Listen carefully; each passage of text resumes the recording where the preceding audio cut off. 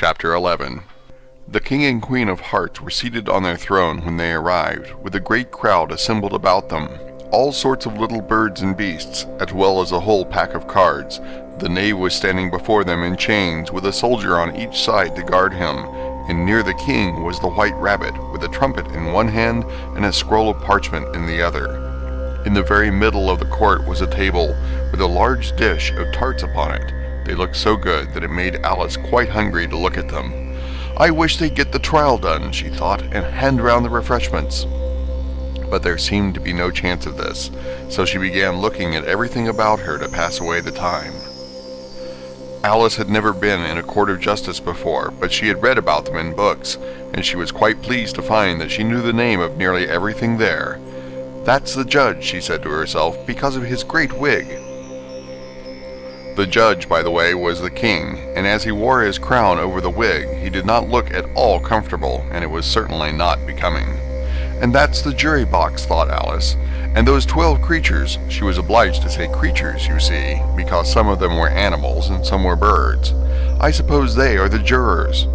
She said this last word 2 or 3 times over to herself, being rather proud of it, for she thought, and rightly too, that very few little girls of her age knew the meaning of it at all. However, jurymen would have done just as well. The 12 jurors were all writing very busily on slates. "What are they doing?" Alice whispered to the Griffin. "They can't have anything to put down yet, before the trial's begun." "They're putting down their names," the Griffin whispered in reply, "for fear that they should forget them before the end of the trial." "Stupid things!" Alice began in a loud, indignant voice, but she stopped hastily, for the white rabbit cried out, "Silence in the court!" and the king put on his spectacles and looked anxiously round to make out who was talking. Alice could see, as well as if she were looking over their shoulders, that all the jurors were writing down "stupid things" on their slates, and she could even make out that one of them didn't know how to spell stupid, and that he had to ask his neighbor to tell him. "A nice muddle their slates'll be in before the trial's over," thought Alice. One of the jurors had a pencil that squeaked. This, of course, Alice could not stand, and she went round the court and got behind him, and very soon found an opportunity of taking it away. She did it so quickly that the poor little juror, it was Bill the lizard, could not make out at all what had become of it, so, after hunting all about for it, he was obliged to write with one finger for the rest of the day, and this was of very little use, as it left no mark on the slate. "Herald, read the accusation," said the king. On this the white rabbit blew 3 blasts on the trumpet, and then unrolled the parchment scroll and read as follows. "The Queen of Hearts, she made some tarts, all on a summer day. The Knave of Hearts, he stole those tarts, and took them quite away." "Consider your verdict," the king said to the jury. "Not yet, not yet," the rabbit hastily interrupted. "There's a great deal to come before that." "Call the first witness," said the king, and the white rabbit blew 3 blasts on the trumpet and called out, "First witness." The first witness was the Hatter. He came in with a teacup in one hand and a piece of bread and butter in the other. "I beg pardon, your majesty," he began, "for bringing these in, but I hadn't quite finished my tea when I was sent for." "You ought to have finished," said the king. "When did you begin?" The Hatter looked at the March Hare, who had followed him into the court, arm in arm with a dormouse. 14th of March, I think it was," he said. "15th, said the March Hare. 16th, added the Dormouse. "Write that down," the king said to the jury, and the jury eagerly wrote down all 3 dates on their slates, and then added them up and reduced the answer to shillings and pence. "Take off your hat," the king said to the Hatter. "It isn't mine," said the Hatter. "Stolen!" the king exclaimed, turning to the jury, who instantly made a memorandum of the fact. "I keep them to sell," the Hatter added as an explanation. "I've none of my own. I'm a hatter." Here the queen put on her spectacles and began staring at the Hatter, who turned pale and fidgeted. "Give your evidence," said the king, "and don't be nervous, or I'll have you executed on the spot." This did not seem to encourage the witness at all. He kept shifting from one foot to the other, looking uneasily at the queen, and in his confusion he bit a large piece out of his teacup instead of the bread and butter. Just at this moment, Alice felt a very curious sensation, which puzzled her a good deal until she made out what it was.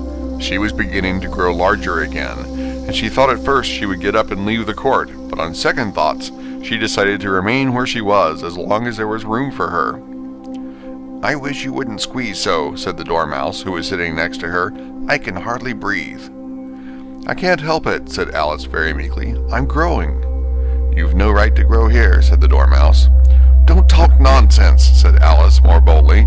"You know you're growing too." "Yes, but I grow at a reasonable pace," said the Dormouse, "not in that ridiculous fashion." And he got up very sulkily and crossed over to the other side of the court.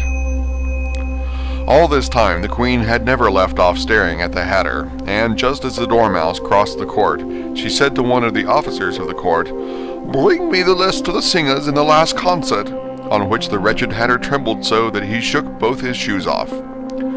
"Give your evidence," the King repeated angrily, "or I'll have you executed, whether you're nervous or not." "I'm a poor man, your Majesty," the Hatter began in a trembling voice, "and I hadn't begun my tea. Not above a week or so, and what with the bread and butter getting so thin, and the twinkling of the tea—" "The twinkling of the what?" said the King. "It begun with the tea," the Hatter replied. "Of course twinkling begins with the tea," said the King sharply. "Do you take me for a dunce? Go on." "I'm a poor man," the Hatter went on, "and most things twinkled after that, only the March Hare said—" "I didn't," the March Hare interrupted in a great hurry. "You did," said the Hatter. "I deny it," said the March Hare. "He denies it," said the King. "Leave out that part." "Well, at any rate, the Dormouse said," the Hatter went on, looking anxiously round to see if he would deny it too, but the Dormouse denied nothing, being fast asleep. "After that," continued the Hatter, "I cut some more bread and butter." "But what did the Dormouse say?" one of the jury asked. "That I can't remember," said the Hatter. "You must remember," remarked the King, "or I'll have you executed." The miserable Hatter dropped his teacup and bread and butter and went down on one knee. "I'm a poor man, your Majesty," he began. "You're a very poor speaker," said the King. Here one of the guinea pigs cheered, and was immediately suppressed by the officers of the court. As that is rather a hard word, I will just explain to you how it was done. They had a large canvas bag, which tied up at the mouth with strings. Into this they slipped the guinea pig head first and then sat upon it. "I'm glad I've seen that done," thought Alice. "I've so often read in the newspapers at the end of trials there was some attempts at applause which was immediately suppressed by the officers of the court, and I never understood what it meant till now." "If that's all you know about it, you may stand down," continued the King. "I can't go no lower," said the Hatter. "I'm on the floor as it is." "Then you may sit down," the King replied. Here the other guinea pig cheered, and was suppressed. "Come, that finished the guinea pigs," thought Alice. "Now we shall get on better." "I'd rather finish my tea," said the Hatter, with an anxious look at the Queen, who was reading the list of singers. "You may go," said the King, and the Hatter hurriedly left the court without even waiting to put his shoes on. "And just take his head off outside," the Queen added to one of the officers, but the Hatter was out of sight before the officer could get to the door. "Call the next witness," said the King. The next witness was the Duchess's cook. She carried the pepper box in her hand, and Alice guessed who it was, even before she got into the court, by the way the people near the door began sneezing all at once. "Give your evidence," said the King. "Shan't," said the cook. The King looked anxiously at the White Rabbit, who said in a low voice, "Your Majesty must cross-examine this witness." "Well, if I must, I must," the King said with a melancholy air, and after folding his arms and frowning at the cook till his eyes were nearly out of sight, he said in a deep voice, "What are hearts made of?" "Pepper, mostly," said the cook. "Treacle," said a sleepy voice behind her. "Call that Dormouse!" the Queen shrieked out. "Behead that Dormouse! Turn that Dormouse out of court! Suppress him! Pinch him! Off with his whiskers!" For some minutes the whole court was in confusion, getting the Dormouse turned out, and by the time they had settled down again, the cook had disappeared. "Never mind," said the King, with an air of great relief. "Call the next witness," and he added in an undertone to the Queen, "Really, my dear, you must cross-examine the next witness. It quite makes my forehead ache." Alice watched the White Rabbit as he fumbled over the list, feeling very curious to see what the next witness would be like. "For they haven't gotten much evidence yet," she said to herself. Imagine her surprise when the White Rabbit read out, at the top of his shrill little voice, the name Alice! End of chapter 11.